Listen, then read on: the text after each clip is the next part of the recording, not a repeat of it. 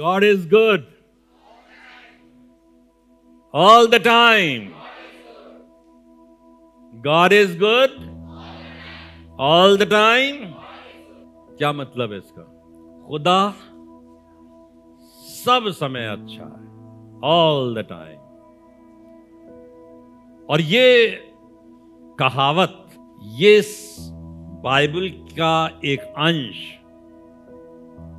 जिसने भी निकाला बहुत अच्छा, और सारी दुनिया के अंदर ये मशहूर है. आदमी पानी पी रहा होगा, आंख बंद किए हुए होगा, ख्याल कहीं और होगा, और अगर किसी लीडर ने कह दिया, पादरी ने कह दिया गॉड इज गुड, तो सब कहते हैं ऑल द टाइम. इसका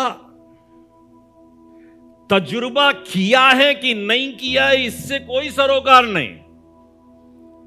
जमाना कह रहा है God is good all the time, इसलिए हम कह रहे हैं.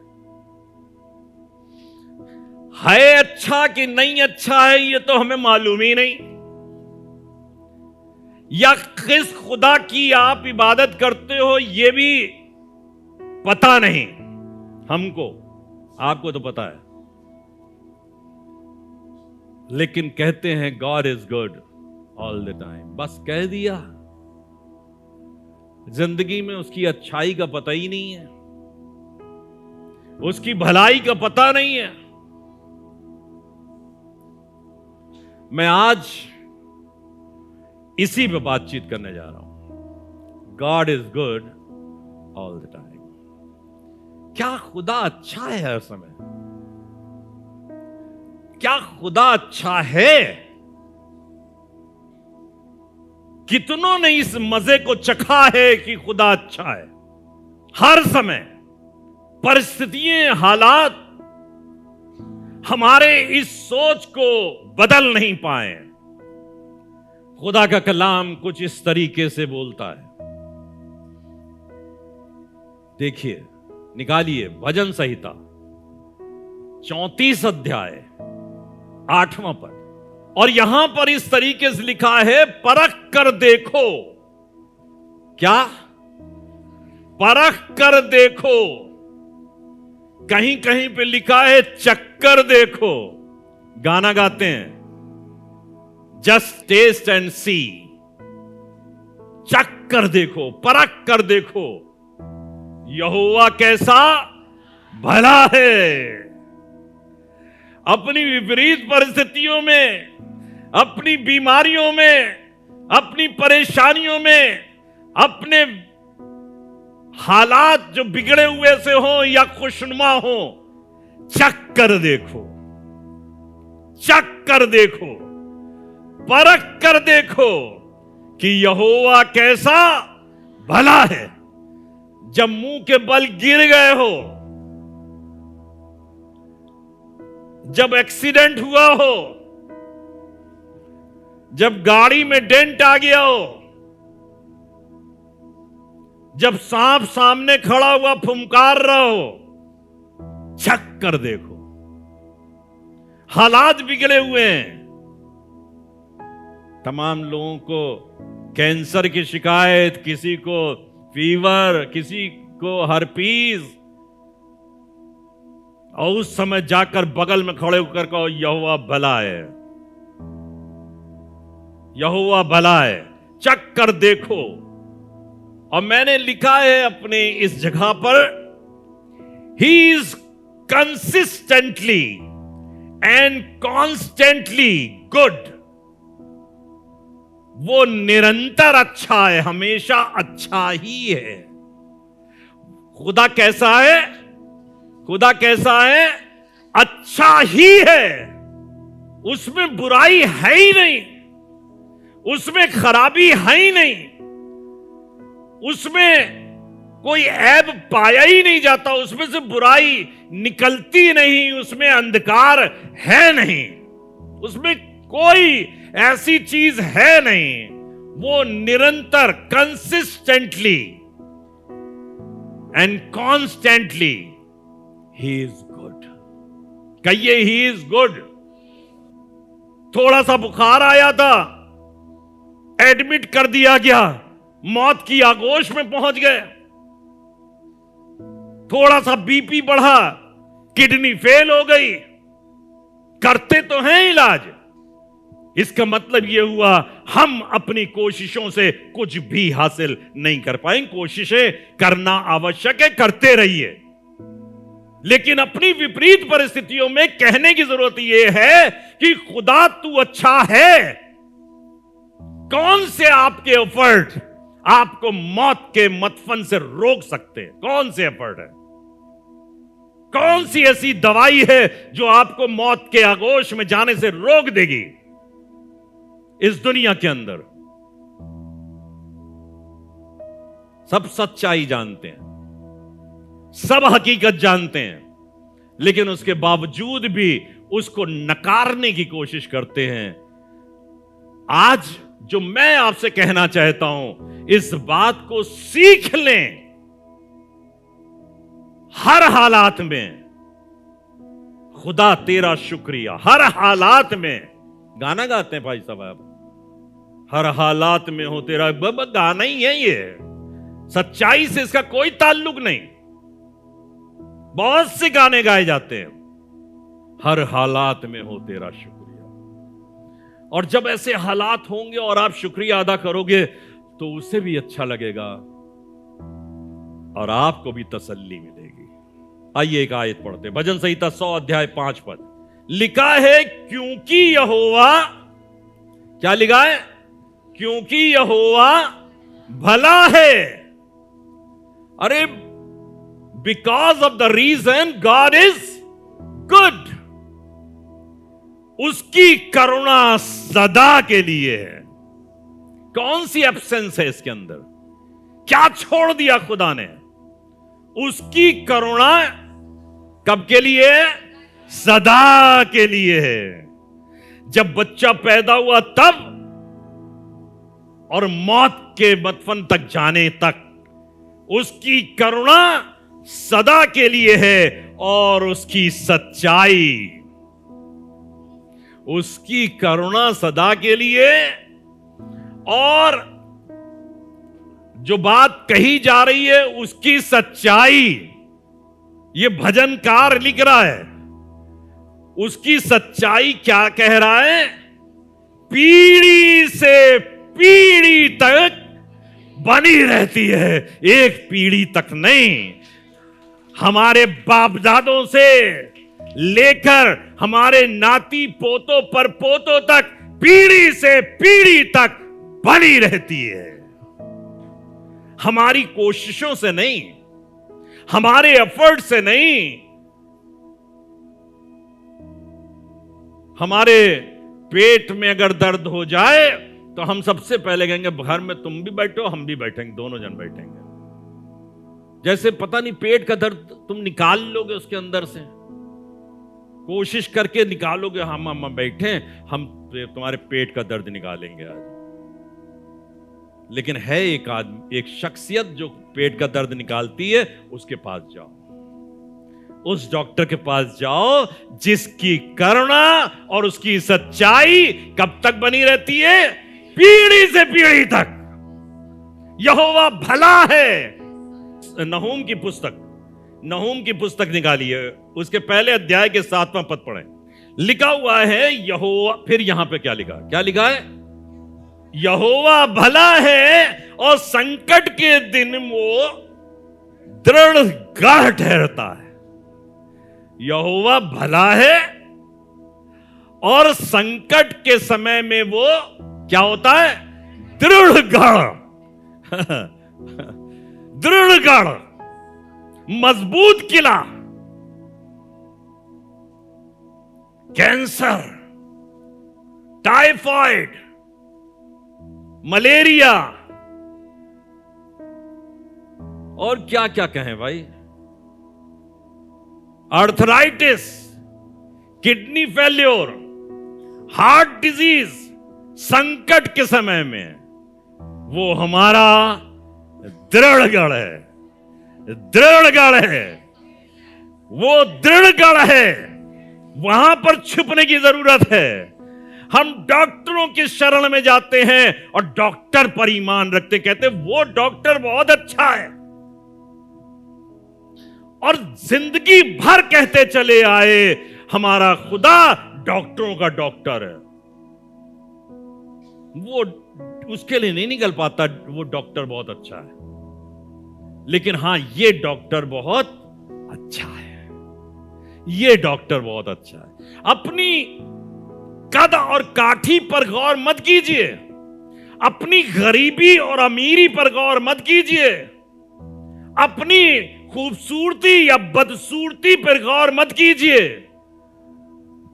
क्योंकि खुदा बाप का देखना मनुष्यों के देखने के समान नहीं है।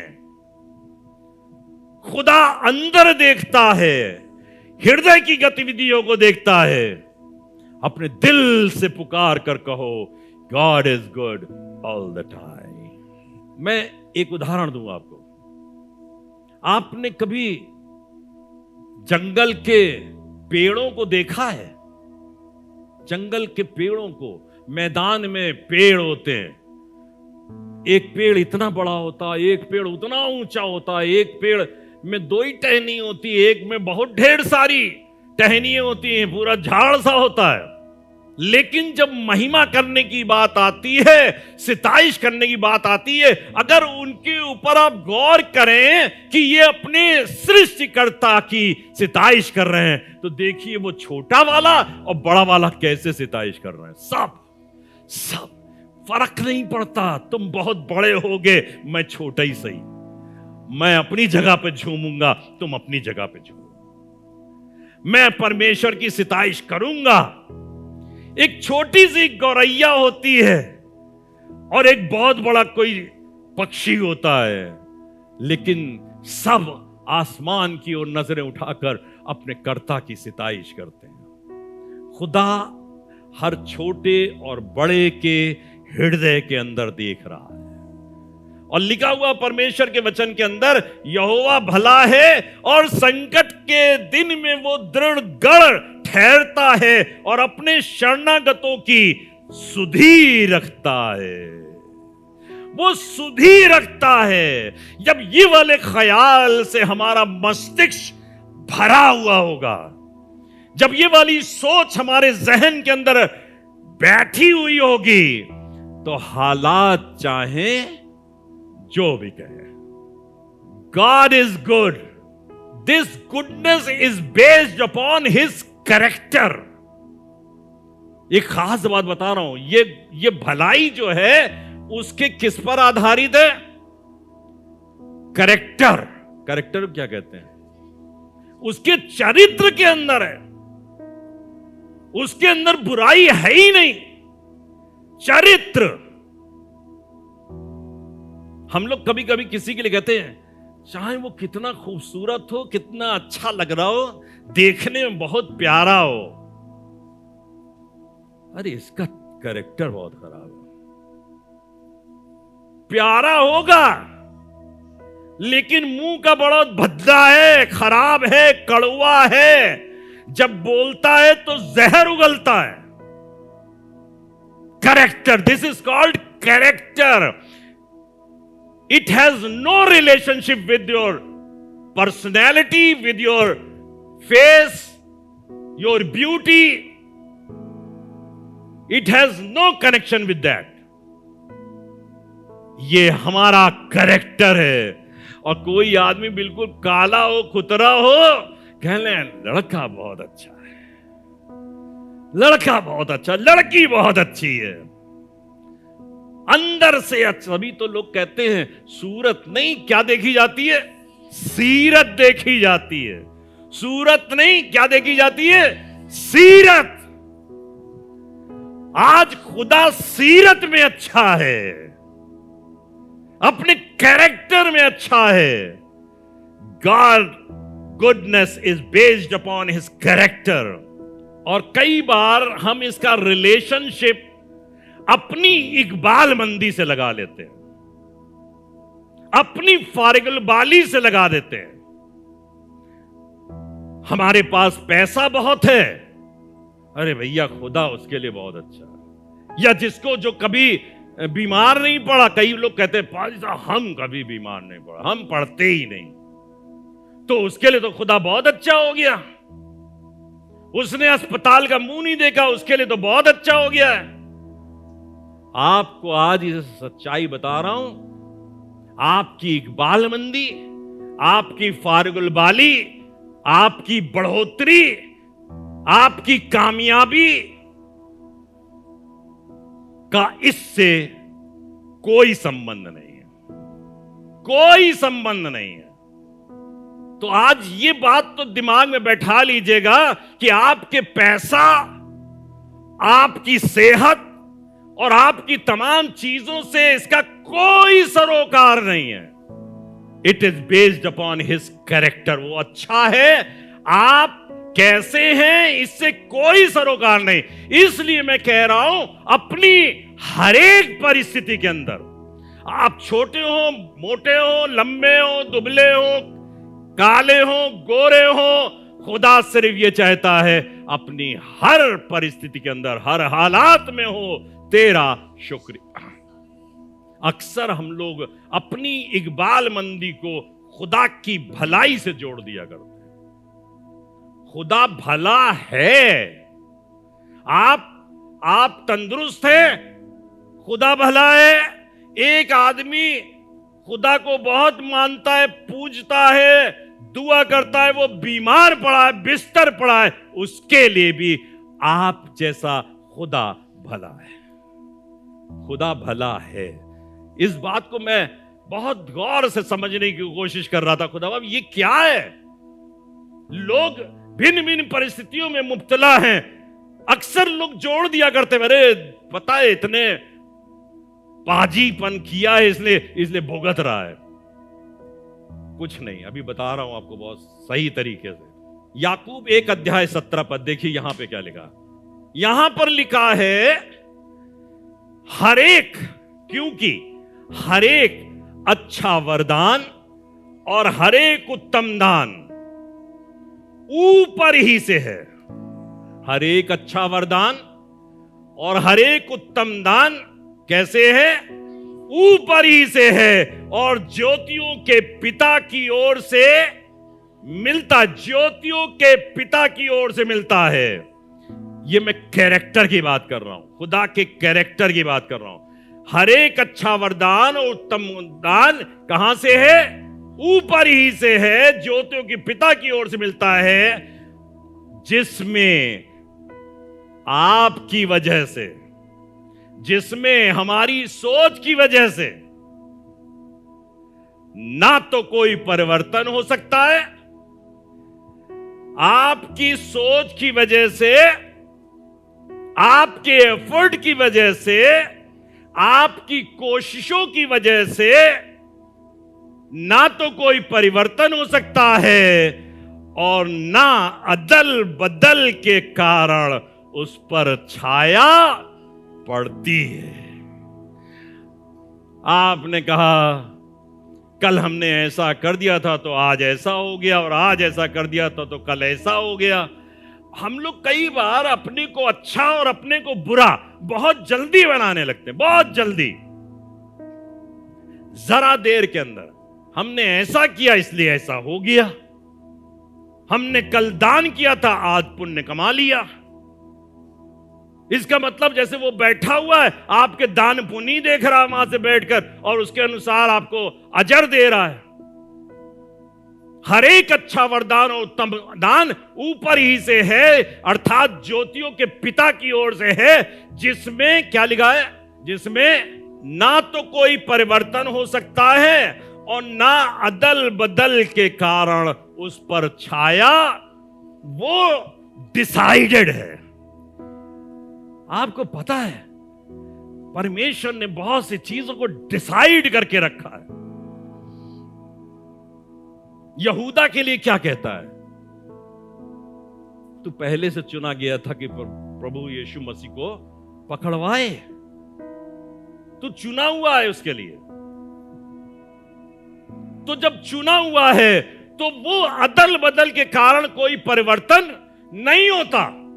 यहूदा चुना गया था और इसलिए उसने उस कार्य को अंजाम दिया। खुदावंद यीशु मसीह को जब मनुष्य ने पाप किया था उससे पहले चुन लिया गया था। खुदा के बेटे को चुन लिया गया था कि वो मनुष्य के कफारे के लिए अपने प्राण को देगा। और इसलिए जब वो प्रार्थना करता है, आए परमेश्वर, हो सके तो ये प्याला मुझसे टल जाए, लेकिन उसे मालूम है मेरी नहीं उसकी मर्जी पूरी होगी। अदल बदल के कारण उस पर छाया नहीं पड़ती, कोई फर्क नहीं पड़ता। हम खुदा के कैरेक्टर की बात कर रहे हैं। परमेश्वर भला है और भला ही करता है। God is good all the time। यहोवा भला है, उसकी करुणा और उसकी सच्चाई पीढ़ी से पीढ़ी तक, हमारे दादा के समय में थी, हमारे पापा के समय में थी, हमारे समय में है, हमारे बच्चों और बच्चों के बच्चों के समय में भी रहेगी। उसकी करुणा और उसकी सच्चाई पीढ़ी से पीढ़ी तक बनी रहती है। दाऊद से खुदा ने क्या कहा? अगर तेरी संतान मेरी आज्ञाओं को माने और मेरी विधियों पे चला करें, उससे दाएं बाएं ना मुड़े, तो लिखा है तेरे घर में राजाओं की कमी ना होगी, तेरी गद्दी पर विराजने वालों की कमी नहीं होगी। आज हमारे घर में कमी पड़ती इसलिए है क्योंकि हमने उसकी आज्ञा का उल्लंघन किया है। लेकिन मैं आपसे कह रहा हूं, उसकी करुणा सदा की है और उसकी सच्चाई पीढ़ी से पीढ़ी तक। बाइबल में जरा निकालिए, थोड़ी सी बात है इसके बारे में। कलाम क्या कहता है? यूहन्ना रचित सुसमाचार 3 अध्याय 18वां पद। आप देखिए यहां पे कितनी खूबसूरत बात लिखी है। लिखा है, क्योंकि परमेश्वर ने जगत से ऐसा प्रेम किया। ऐसी विपरीत परिस्थितियों में खुदा का कलाम कह रहा है, उसने तुमसे कितना प्रेम किया कि उसने अपना एक लौता पुत्र दे दिया। अपना एक लौता पुत्र दे दिया ताकि जो कोई उस पर विश्वास करे वो नाश ना हो वरन अनंत जीवन हमारे लिए और आपके लिए। इस दुनिया में तुम्हें क्लेश होते हैं, लेकिन खातिर जमा रखो जिसके लिए आपने कुछ भी नहीं किया। हमने और आपने कुछ नहीं किया, सब कुछ उसने किया। परमेश्वर ने जगत से ऐसा प्यार किया। This is the point. परमेश्वर ने जगत से ऐसा प्यार किया, आपने फिजूल में प्यार कर लिया। फिजूल में हमने प्यार नहीं किया। हम तो कहते मर के उसके पास जाएंगे, मरना है ही नहीं गुरु, मरेंगे नहीं। 112 साल की उम्र होगी हमारी, क्यों जाएं उसके पास? पौलुस क्या कहता है? पौलुस क्या कहता है?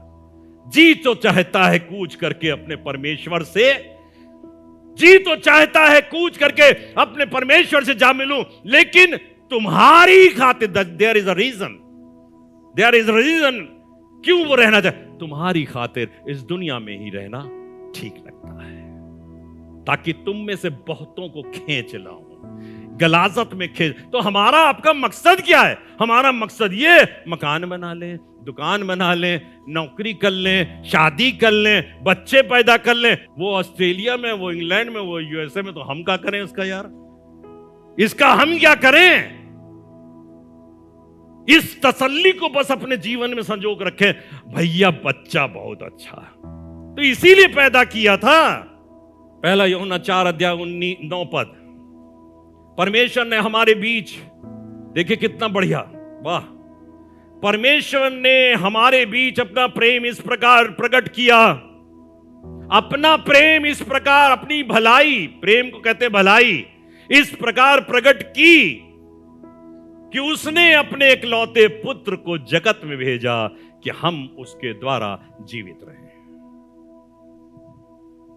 3 अध्याय इसी का पहला पद देखो। पिता ने हम पर कितना बड़ा प्रेम किया है कि हम परमेश्वर की संतान कहलाएं।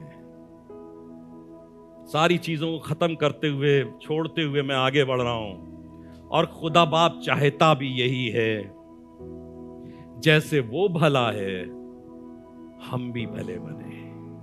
आपसे और कुछ नहीं चाह रहा, सच बता रहा हूं। खुदा आपसे कुछ नहीं चाहता। आप मकान बनाओ ना बनाओ, दुकान बनाओ ना बनाओ, शादी करो ना करो, बच्चे पैदा करो ना करो, इसका खुदा से कोई लेना देने, उसके प्रेम से कोई लेना देना नहीं। ये तो हम अपनी खुशियों को पूरा करने के लिए करते हैं। जो कुछ करते हैं हम कहते हैं खुदा खुदा खुदा, लेकिन दर हकीकत खुदा का इससे कोई लेना देना है ही नहीं। आपकी नौकरी अच्छी है, आपको प्रमोशन मिल गया, इसका खुदा से कोई मतलब नहीं। खुदा भला है because of his own character, और खुदा चाहता है हमारा कैरेक्टर भी अच्छा हो, बस और कुछ नहीं चाहता। हम उस पर विश्वास करें, हमारा कैरेक्टर अच्छा हो जाए, इससे ज्यादा कुछ नहीं चाहता। निकाल लीजिए, देखिए मैं इसको प्रमाणित करने जा रहा हूं। दूसरा करंथियों उसका 9 अध्याय 8 पद क्या लिखा है? और परमेश्वर, देखिएगा ध्यान देके सुनिएगा, और परमेश्वर सब प्रकार का अनुग्रह, किसी और की बात नहीं कर रहा, सब प्रकार का अनुग्रह तुम्हें बहुतायत से दे सकता, सब प्रकार का अनुग्रह तुम्हें बहुतायत से दे सकता है, जिससे हर बात में और हर समय सब कुछ जो तुम्हें आवश्यक हो तुम्हारे पास रहे दे सकता है। दिया है कि नहीं दिया है ये अलग बात है। तुम पर सब प्रकार का अनुग्रह तुम्हें बहुतायत से क्या कराए? दे सकता है, जिससे हर बात में हर समय सब कुछ जो तुम्हें आवश्यक हो तुम्हारे पास रहे, और हर एक, ध्यान दीजिएगा, और हर एक भले काम के लिए तुम्हारे पास क्या क्या कह दिया हमने? परमेश्वर भला है, सदा भला है, और वो कह रहा है तुम्हारे पास भी भले काम के लिए बहुत कुछ हो। तुम भी भला करो, तुम भी भला करो, और कुछ नहीं चाहता आपसे, भला करो। तुम अपने कैरेक्टर को बदल लो, अपनी सोच बदल लो। हमारी सोच अभी बहुत संकुचित है, बड़ी सीमित है। सच बता रहा हूं, दुनिया की चीजें आप पर गालिब हो ही नहीं सकती अगर परमेश्वर आपके लिए भला है। और जब परमेश्वर अलाउ करता है, ध्यान दीजिएगा, जब परमेश्वर अलाउ करता है तो आपकी अपनी कोशिशें रोक भी नहीं सकती विपरीत परिस्थितियों को आपके जीवन पर आने से। अय्यूब पर अलाउ कर दिया, अय्यूब पर क्या किया? अलाउ कर दिया, जाओ आप भले बने रहिए। अय्यूब के लिए क्या लिखा है? उसके जैसा सीधा और भला आदमी इस धरती पर है ही नहीं। ये खुदा का घमंड है आपके लिए, ये खुदा आकाश के हमारे जीवन के लिए परमेश्वर घमंड करे। जैसे लिखा हुआ है कि परख कर देखो, चख कर देखो कि यहोवा भला है। और यहोवा कह रहा है मैं चखूंगा, तुम भले हो, मैं चख रहा हूं, अब मैं चखूंगा। शैतान कह रहा नहीं ये भला नहीं है, तूने बहुत कुछ दे रखा है इसे, इसलिए किया ऐसा कर। कहने जाके आजमा ले, परख कर देख। दोनों बातों को मतलब समझ रहे हैं? परख कर देखो यहोवा भला है, हमसे कह रहा परख कर देखो, और वहां कह रहा परख कर मैं देखूंगा कि तुम भले हो। मैंने कहा ना, आप भी भले बनो, आप भी भले बनो, तब परमेश्वर परख कर देखेगा कि आप भले हो कि नहीं हो। और देखो मैंने लिखा है यहां पर, तब क्या परमेश्वर तब भी अच्छा था जब उसने शैतान को अय्यूब को पीड़ा पहुंचाने की अनुमति दी। अय्यूब ने कुछ भी नहीं कहा। अय्यूब ने परमेश्वर के विरोध में कुछ नहीं कहा। उसने कहा, अपनी औरत से भी बोला। क्या बोला? जिस खुदा से हमने भली वस्तुएं प्राप्त की, क्या उससे परेशानी प्राप्त ना करें? कैसी मूर्खों सी बात है। जब हम बीमारी पड़ते हैं, कौन सी आ गई मुसीबत, कैसी मुसीबत में, अरे भैया आ गई तुमको। ये परमेश्वर का नियम है। मैं बोला नहीं उस चीज के ऊपर। जब किसी की पदोन्नति होने लगती है, ये परमेश्वर ने सृष्टि को ऐसा ही बनाया है। एक छोटा सा पौधा जब निकलता है, उसके ऊपर हवाएं लगती हैं, बाढ़ें आती, तूफान आते हैं, लेकिन वो कायम रहता है और कायम रहकर धीरे धीरे बहुत बड़ा हो जाता है। तो परमेश्वर हमारी और आपकी जिंदगी में अपनी द्वारा अलाउ करता है तमाम परेशानियों को, ताकि तब हिलाए जाएं, और उसके बाद हम जब सफल निकलेंगे तो बड़ी बरकतों को हम दूसरों के सामने रख। अय्यूब के साथ क्या हुआ? लिखा हुआ है, जितनी आशीषें उसके पास पहले थी, उसकी दुगनी उसे मिल गई। दुगनी। आप चाहते हैं दुगनी? क्या परमेश्वर तब भी भला था जब पौलुस ने खुदा से दुआ करी, अगर हो सके तो ये कांटा निकाल दे जो मेरे चुभोया गया है। मेरे शरीर में एक कांटा चुभोया गया है, और मैंने परमेश्वर से 3 बार विनती करी कि ये निकल जाए, लेकिन परमेश्वर का जवाब क्या आया कि मेरा अनुग्रह तेरे लिए। कांटा नहीं निकाला, कांटा नहीं निकाला। परमेश्वर के अनुग्रह में बने रहने की हमें ज्यादा आवश्यकता है। अरे उसका अनुग्रह बना रहे। हमारा बुखार ठीक हो गया, हमारा टाइफाइड ठीक हो गया, हमारा हार्ट ठीक हो गया, लेकिन हमारा खुदा से कोई संबंध नहीं। क्या फायदा? क्या फायदा इन तमाम चीजों से? आपको बताऊं, आखिरी आयत दे रहा हूं आपको, और वो ये है, क्या खुदा उस समय भी बहुत भला था जब उसका बेटा सलीब पर चढ़ाया जा रहा था? क्या उस समय वो भला था? बेटा सलीब पर चढ़ाया जा रहा है, वो अपने प्राण को दे रहा है, और वो कह रहा है, ऐ बाप तूने मुझे क्यों छोड़ दिया? ऐ पिता तूने मुझे क्यों छोड़ दिया? उसने कहा, मैंने छोड़ दिया है क्योंकि मैं अपनी भलाई तेरे जीवन के अंदर देखना चाहता हूं। मैं अपनी भलाई देखना चाहता हूं। मैं अपने उद्धार के काम को मनुष्य के जीवन के अंदर पूरा होता हुआ देखना चाहता हूं। मैं चाहता हूं ये सृष्टि निजात प्राप्त करे।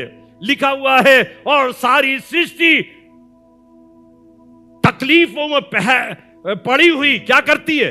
कराहती है, और अपने छुटकारे की आस देख रही। छुटकारे की आस सारी सृष्टि देख रही है, उससे अपने मुसीबतों से छुटकारे की आस, लेकिन मनुष्य नहीं देख रहा। मनुष्य तो कह रहा, हमको यहीं रहने दो भैया, हमको यहीं रहने दो। God is good. अब बोलिए, God is good all the time. सीख कर जाइएगा अपनी विपरीत परिस्थितियों के अंदर खुदा अच्छा है, आपकी पदोन्नति करना चाहता है। लिखा हुआ है, और मौत के मतफन को तोड़कर वो किब्रिया के दाहिने हाथ पर जा बैठा। इसमें ताकत है। जा बैठा, खुदा बाप ने बैठाया नहीं, लेकिन वो जाकर बैठ गया, कहने लगा मेरा हक है। आप भी अपने जिंदगी के अंदर ऐसे काम करो, अपने कैरेक्टर को ऐसा बदल लो, अपनी जिंदगी को ऐसा बदल लो, अपने जबान को, अपने मुंह को ऐसा बदल लो, अपने शब्दों को ऐसा बदल लो कि लोग सामने वाले कहें ये भला है, ये अच्छा है, इसके पास जाने पे शांति मिलती है।